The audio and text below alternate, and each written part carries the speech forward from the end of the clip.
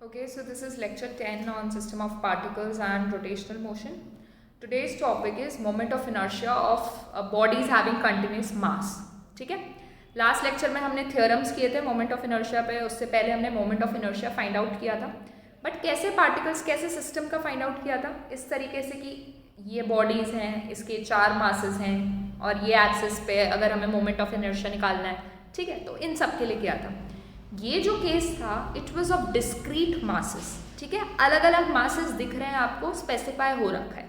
लेकिन अगर हम एक सॉलिड बॉडी की, सपोज एक स्फीयर है इस तरीके से, ठीक है, कंप्लीटली फिल्ड, ऑलराइट, तो इसमें अलग अलग मासेस नहीं मिलेंगे आपको, इट इज कंटिन्यूअस मास. तो उसका कैसे निकालेंगे moment of inertia, that we will discuss in this lecture. Okay, तो डिस्क्रीट मासेस के लिए फॉर्मूला क्या होता था, m1r1 square plus m2r2 square and so on till mn square. क्या इसको हम लिख सकते थे समेशन mi/ri स्क्वायर समेशन. मैंने बताया समेशन कब करते हो, जब डिस्क्रीट चीज़ें होती हैं. समेशन टर्न्स टू इंटीग्रेशन जब कंटिन्यूस होगा. तो इधर क्या करेंगे, सपोज ये कंटिन्यूस मास है इस बॉडी का, तो हम किसी r डिस्टेंस पर एक छोटा सा पार्टिकल कंसिडर कर लेंगे जिसका मास है dm. तो इस छोटे से पार्टिकल का मोमेंट ऑफ इनर्शिया क्या हो जाएगा, mass into R square, so that will be dm into R square. ये बोल सकते हैं हम di, very small moment of inertia is dm R square. तो इंटीग्रेशन कर देंगे अगर हम di का, तो हमें पूरा का पूरा इनर्शिया मिल जाएगा, मोमेंट ऑफ इनर्शिया. तो मोमेंट ऑफ इनर्शिया क्या हो जाएगा, integration of dm R square. Is this clear. तो मैं पूरे चैप्टर में, पूरे लेक्चर में यही चीज़ करनी है. ओके, तो देखो हम प्रोसीड कैसे करेंगे, हमें चाहिए dm आर स्क्वायर और फिर हम क्या करेंगे, उसको इंटीग्रेट करेंगे. तो सबसे पहले तो हम dm को ब्रेक करेंगे r के टर्म्स में. ठीक है, dm को r के टर्म्स में लिखेंगे और फिर हम इंटीग्रेट करेंगे, क्योंकि ये चीज़ अलग तरीके से वेरी कर रही है, r अलग एक वेरिएबल है, तो जब तक सेम नहीं आ जाता हम इंटीग्रेट नहीं कर सकते. ठीक है, तो हमारा काम होगा, हम सबसे पहले dm को चेंज करेंगे. तो अलग अलग केसेस ले रहे हैं. आज का फर्स्ट केस है यूनिफॉर्म रॉड का. ठीक है, एक रॉड है और पतली सी रॉड है, इतनी पतली रॉड है कि हम इसे कंसिडर करें कि ये 1 डायमेंशन की है. ये क्या है, 1 डायमेंशन की. अगर कोई बॉडी 1 डायमेंशन की है तो उसकी लेंथ होगी, सिर्फ लेंथ होगी. ठीक है, तो हम कंसिडर कर लेते हैं कि लेंथ L की यूनिफॉर्म रॉड है जिसका मास m है. L लेंथ का मास m है, तो 1 लेंथ का मास कितना हो जाएगा, m by l. मतलब मैं बोल सकती हूँ कि मास पर यूनिट लेंथ कितना हो गया, m by l. कैसे आया, समझ आ गया. पूरे लेंथ का मास है m, तो 1 का कितना हो जाएगा, m by l. एंड ये हम इसलिए कर पा रहे हैं because we are considering the rod to be 1 dimensional. Is this clear. ठीक है, तो अब हम क्या कर रहे हैं, हमको चाहिए इस पूरी रॉड का मोमेंट ऑफ इनर्शिया. हम कंसिडर करेंगे छोटा सा मास. सपोज ये मास कंसिडर कर रहे हैं हम, ठीक है, जो x डिस्टेंस पर है और इसके मास की लेंथ है dx, छोटा सा dx. ठीक है, तो बेसिकली क्या होगा, मोमेंट ऑफ इनर्शिया हो जाएगा इंटीग्रेशन dm आर स्क्वायर. ये तो हमने लिखा था, इंटीग्रेशन dm आर स्क्वायर. अब ये dm क्या होगा, सबसे पहले तो dm निकालेंगे हम. देखो यूनिट लेंथ का मास m by l था, यूनिट लेंथ का मास m by l था, तो dx लेंथ का मास कितना हो जाएगा, m by l into dx. तो क्या हमें dm की वैल्यू मिल गई, m by l into dx. Is this clear. ठीक है, तो हमें dm की वैल्यू मिल गई और r की जगह क्या लिखोगे, डिस्टेंस कितना है इसका, x, तो m by l x square into dx. अब m और l तो कांस्टेंट है, वो बाहर आ जाएंगे. ये x स्क्वायर वेरिएबल है और जो डिफरेंशिएशन है वो भी विद रिस्पेक्ट टू x ही है, तो हमारा काम यहाँ पर हो जाएगा. ठीक है, समझ आ गया. ये क्लियर करना जरूरी कि dm को क्यों चेंज करना पड़ा, क्योंकि ये किसी और के टर्म्स में, मास के टर्म्स में चेंज हो रहा है. हम लोग का x भी वेरिएबल है, 2 वेरिएबल सॉल्व नहीं कर सकते, इसलिए हमने मास को क्या किया, लेंथ के टर्म्स में कन्वर्ट कर लिया. ठीक है, अब क्या करना है, बस इसका इंटीग्रेशन. ऑल्सो इंटीग्रेशन की लिमिट्स क्या लगाओगे, देखो जो ये लिखा रहता है यहाँ पे dx है, मतलब x के रिस्पेक्ट में ही आपको लिमिट्स चाहिए. तो मैंने बोला था जब हम सेंटर ऑफ मास लेते हैं तो उसके कोऑर्डिनेट्स हम 0 लेके चलते हैं. इसकी पूरी लेंथ l है, तो इधर l/2 होगी, इधर भी l/2 होगी, तो इसका कोऑर्डिनेट हो जाएगा l/2 और इसका कोऑर्डिनेट हो जाएगा -l/2. मतलब बेसिकली आप x को कहाँ से कहाँ तक इंटीग्रेट कर रहे हो, -l/2 से l/2 तक. ठीक है, तो m by l कॉन्स्टेंट था, बाहर आ गया. x स्क्वायर का इंटीग्रेशन होगा x³ by 3 और लिमिट लगाओगे -l/2 से l/2 तक. जब आप इसे सॉल्व करोगे तो you will get the answer to be ml²/12। इसका मतलब यूनिट रॉड का जो यूनिफॉर्म रॉड है उसका मोमेंट ऑफ इनर्शिया क्या होता है ml²/12। कौन सी एक्सिस के लिए? जो उसके सेंटर ऑफ मास से पास हो रही है and which is perpendicular to the plane. ठीक है, इस तरीके से पास हो रही है। ये आपकी रॉड है और ऐसे अंदर की तरफ जा रही है, पासिंग थ्रू सेंटर ऑफ मास, उसका होता है ml²/12। ठीक है, क्लियर है ये चीज? अब जब फर्स्ट लेक्चर पढ़ाया था मोमेंट ऑफ इनर्शिया का, उसमें मैंने बताया था रेडियस ऑफ जायरेशन, जिसका फॉर्मूला होता था mk², where k was radius of gyration. तो अगर इस पर्टिकुलर केस में आपको निकालना है k की वैल्यू तो क्या होगी, देखो ध्यान से। इधर हमारे पास मोमेंट ऑफ इनर्शिया क्या निकला है एक्चुअल, जब हमने प्रोसीजर फॉलो किया तो मोमेंट ऑफ इनर्शिया है ml²/12। और अगर हम जायरेशन वाला कॉन्सेप्ट लेते तो मोमेंट ऑफ इनर्शिया आता है mk²। ऑब्वियसली दोनों मोमेंट ऑफ इनर्शियाज हैं तो they will be equal. Equate करोगे m से m कैंसिल हो जाएगा, k² कितना आ जाएगा l²/12, तो k कितना आ जाएगा ± l/12। ठीक है, so this is radius of gyration. अब यूनिफॉर्म रॉड का ही दूसरा केस है, about an axis passing through one end and perpendicular to the length of the rod. ठीक है, मतलब आपने इसके थ्रू निकाला था, ये क्रॉस ड्रॉ किया, मतलब अंदर की तरफ जा रहा है। अब आपको इसकी तरफ निकालना है, इसकी तरफ। ठीक है, अब हम पूरा निकालने नहीं बैठेंगे, मैंने बताया था कि हम किसका यूज करेंगे, थ्योरम्स का, इसीलिए तो हमने थ्योरम्स पढ़े थे। ठीक है, तो ध्यान से देखो, एक लाइन इस रॉड के सेंटर ऑफ मास से परपेंडिकुलर पास हो रही है और जो दूसरी रॉड एक्सिस है वो इसके एंड से परपेंडिकुलर पास हो रही है।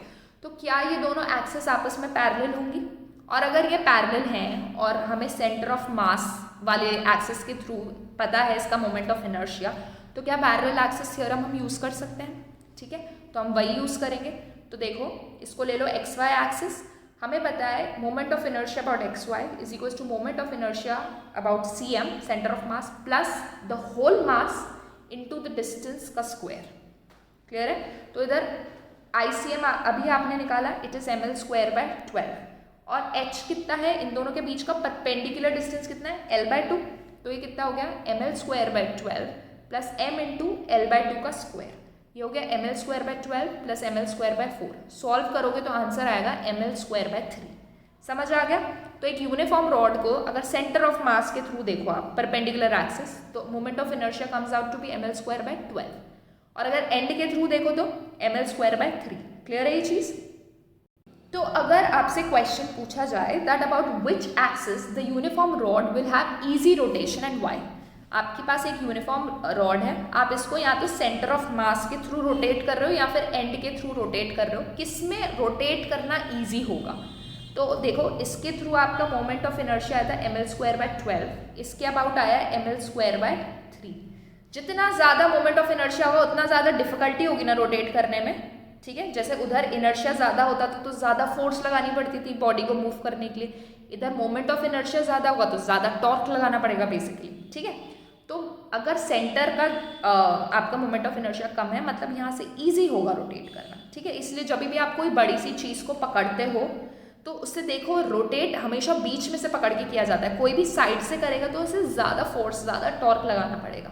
समझ आ गई बात? ठीक है, अब नेक्स्ट केस है यूनिफॉर्म रिंग का। इसमें बहुत सारे केसेस होंगे क्योंकि बहुत सारी एक्सेस पॉसिबल हैं। परपेंडिकुलर निकाल रहे हो सेंटर ऑफ मास से, परपेंडिकुलर निकाल रहे हो एंड से, या फिर प्लेन वाली एक्सिस ही ले रहे हो आप सेंटर से, प्लेन वाली एक्सिस ले रहे हो आप टेंजेंट से, कुछ भी हो सकता है। ठीक है, तो बहुत सारे केसेस आएंगे, तो अभी हम एक निकालते हैं, उसके बाद तो इजी हो जाएगा क्योंकि हम एनीवेज थ्योरम यूज करेंगे।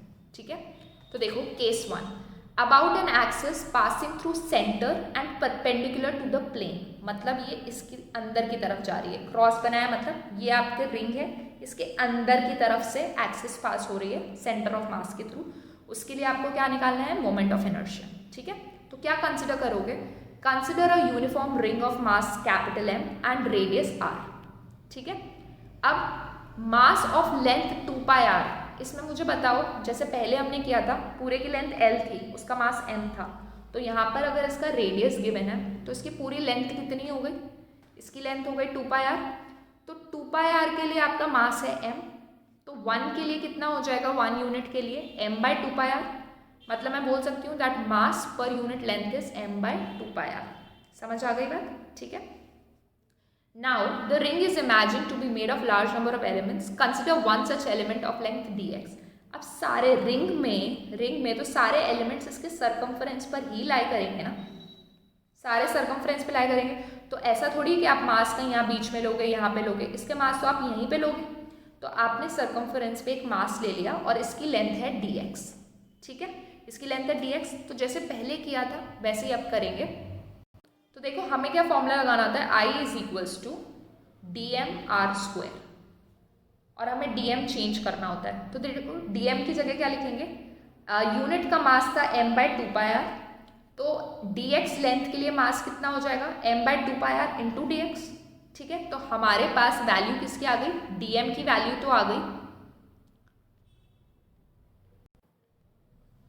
हमारे पास dm की वैल्यू क्या आ गई, m/2πr इंटू dx। ठीक है, तो अगर moment of inertia of this element निकालना है तो क्या होगा, di is equal to dm/r²।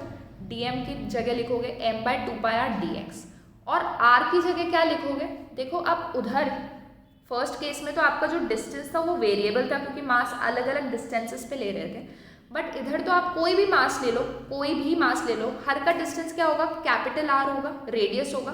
तो इधर dx x लिखने की जरूरत नहीं है, तो इधर क्या लिखोगे आप, r की जगह स्मॉल r की जगह कैपिटल R आ जाएगा। तो ये हो गया m/2πr dx/r²। अब इसका क्या करना है, हमको इंटीग्रेशन करना है। अब ध्यान से देखो, इंटीग्रेशन में हर चीज़ बाहर आ जाएगी क्योंकि everything is constant, capital R is constant, capital M is constant. तो अंदर बचा क्या, सिर्फ dx बचा, सिर्फ क्या बचा, dx बचा। ठीक है, और आपको अब इस चीज़ को इंटीग्रेट करना है, इंटीग्रेट करना है। अब इंटीग्रेशन की लिमिट क्या लगाओगे मुझे बताओ, इंटीग्रेशन की लिमिट आपकी लगेगी 0 से 2πr। ऐसा क्यों हुआ, देखो लेंथ क्या कंसिडर कर रहे हो आप, अगर मैं इस सर्कल को एक लाइन की तरह बना दूं तो इसकी लेंथ 2πr होगी ना, कंप्लीट लेंथ। तो हम मान रहे हैं 0 से 2πr, तो लेंथ कितनी हो गई, वेरी करेगी 0 से 2πr। तो जब इंटीग्रेट करोगे तो आपका आंसर आएगा mr²। मतलब moment of inertia of ring about which axis, axis perpendicular to the plane and passing through centre of mass is mr²। ठीक है, नेक्स्ट केस में हमें निकालना है moment of inertia of ring about any diameter. ठीक है, अब diameter निकालना है और सेम प्लेन में निकालना है, मतलब या तो इसके थ्रू निकालो या इसके थ्रू निकालो, डायमीटर के थ्रू निकालना है। ठीक है, डायमीटर तो सेंटर से पास हो गई और हमें इसके परपेंडिकुलर प्लेन वाले के लिए पता है, तो हम परपेंडिकुलर एक्सिस थ्योरम यूज कर सकते हैं। हमें परपेंडिकुलर प्लेन के लिए पता है, हमें सेम प्लेन के लिए पूछ रहे हैं वो अलोंग द डायमीटर। तो हम लिख सकते हैं IZ is equal to IX plus IY। ये IX क्या है, ये IX है थ्रू दिस डायमीटर जिसके लिए पूछा गया, तो ID हुआ, एंड IX लूँ या IY लूँ, इधर सेम ही चीज़ आएगी। ठीक है, सब कुछ सेम है। और IZ परपेंडिकुलर एक्सिस है जिसके लिए हमें आंसर पता है, वो क्या होता है, mr², अभी निकाला है। ठीक है, तो IX equal to IY is equal to ID लिख दूँ तो क्या मिल गया, IZ की जगह mr², IX की जगह ID लिखा और IY की जगह ID लिखा, मतलब moment of inertia through the diameter. ठीक है, तो क्या इसे सॉल्व करोगे तो mr² is equal to 2ID, मतलब mr²/2 is equal to ID। ठीक है, मतलब डायमीटर के थ्रू क्या आ गया, moment of inertia of ring mr²/2। ठीक है, नेक्स्ट हमें थर्ड केस में निकालना है about the tangent in the plane of the ring. Plane में ही है, ठीक है, प्लेन में है और टेंजेंट से पास हो रहा है। तो पहले मुझे बताओ, क्या हम इस प्लेन के लिए डायमीटर के लिए निकाल चुके हैं, सेम प्लेन डायमीटर जो सेकेंड केस था, और ये दोनों लाइन्स आपस में पैरेलल होंगी। अगर ये दोनों लाइन्स आपस में पैरेलल होंगी तो क्या हम पैरेलल एक्सिस थ्योरम अप्लाई कर सकते हैं, ऑब्वियसली। तो हम लिख सकते हैं IXY is equal to ICM plus MH², मतलब टेंजेंट के थ्रू क्या हो गया, ICM इज दिस ID। ठीक है, ये ID है and this is mr²। So tangent ये हो गया mr²/2, ये हो गया mr², मतलब 3/2 mr²। किसके थ्रू आया ये, सेम प्लेन में टेंजेंट के through. Is it clear, okay. Last case is about tangent perpendicular to the plane of the ring. अब टेंजेंट के थ्रू पिछले केस में क्या था कि सेम प्लेन में पास हो रहा था, अब परपेंडिकुलर पास हो रहा है, परपेंडिकुलर। ठीक है, पहले ऐसे था अब ऐसे है, ऑलराइट। तो हमें क्या परपेंडिकुलर पता था, सेंटर ऑफ मास वाला। तो अगर मैं ये एक्सिस और ये एक्सिस लूँ which is perpendicular to the plane, क्या ये दोनों पैरेलल होंगी। अगर ये पैरेलल होंगी तो can we use parallel axis theorem, obviously, ठीक है। तो क्या लिखोगे, I X Y is equals to I C M plus M H square, I through tangent is equals to I Z, ये आई जेड होगा ना जो हमने फर्स्ट केस में निकाला था एकदम, ठीक है, plus M R square, H क्या हो गया, आर हो गया यहाँ पे। तो आई जेड क्या था, एम आर स्क्वायर, ये भी एम आर स्क्वायर, तो आंसर कितना आ गया, 2mr स्क्वायर, ठीक है। So the moment of inertia of ring about diameter has least value and hence it's easier to rotate. तो जब कंपेयर करोगे आप सारे इन सबको, तो डायमीटर के थ्रू आपका आया था mr स्क्वायर बाय 2, डायमीटर के through in the same plane, तो वहां से अगर रोटेट करोगे तो सबसे ईजी पड़ेगा रिंग को रोटेट करना। समझ आ गई बात, ठीक है। एक बार रिकॉल कर लेते हैं, हमने दो ही फिगर्स किए, यूनिफॉर्म रॉड किया और रिंग किया। रॉड में हमने दो केसेस लिए, एक में परपेंडिकुलर, मतलब दोनों केसेस में परपेंडिकुलर थी, एक में सेंटर ऑफ मास के थ्रू, एक में एंड के थ्रू। सेंटर ऑफ मास के थ्रू आया था ml स्क्वायर बाय 12, एंड में आया था ml स्क्वायर बाय 3, ठीक है। रिंग में हमने 4 केसेस डिस्कस किए। सबसे पहला था कि सेंटर ऑफ मास और परपेंडिकुलर, उसका आंसर आया mr स्क्वायर। सेकेंड था प्लेन एंड डायमीटर, मतलब प्लेन एंड डायमीटर, उसका आया mr स्क्वायर बाय 2। फिर आ गया था आपका प्लेन टेंजेंट, तो मतलब ये, इसका आया था 3/2 mr स्क्वायर। और लास्ट था परपेंडिकुलर एंड टेंजेंट, मतलब ये परपेंडिकुलर, इसका आंसर आया था 2m स्क्वायर। तो ये वैल्यूज याद हो तो बहुत बेटर, ठीक है, क्योंकि डायरेक्टली हम यूज़ कर सकते हैं, हर जगह डिराइव करने के लिए नहीं आएगा। ऑलराइट, तो अभी ये खत्म नहीं हुआ है, नेक्स्ट लेक्चर में हम लोगों को कंटिन्यू करनी है ये सारी चीज़ें। अभी तो हमने सिर्फ 2 ही चीज़ों के लिए निकाला है, अभी डिस्क, सिलेंडर, इन सब के लिए निकालना है, ठीक है।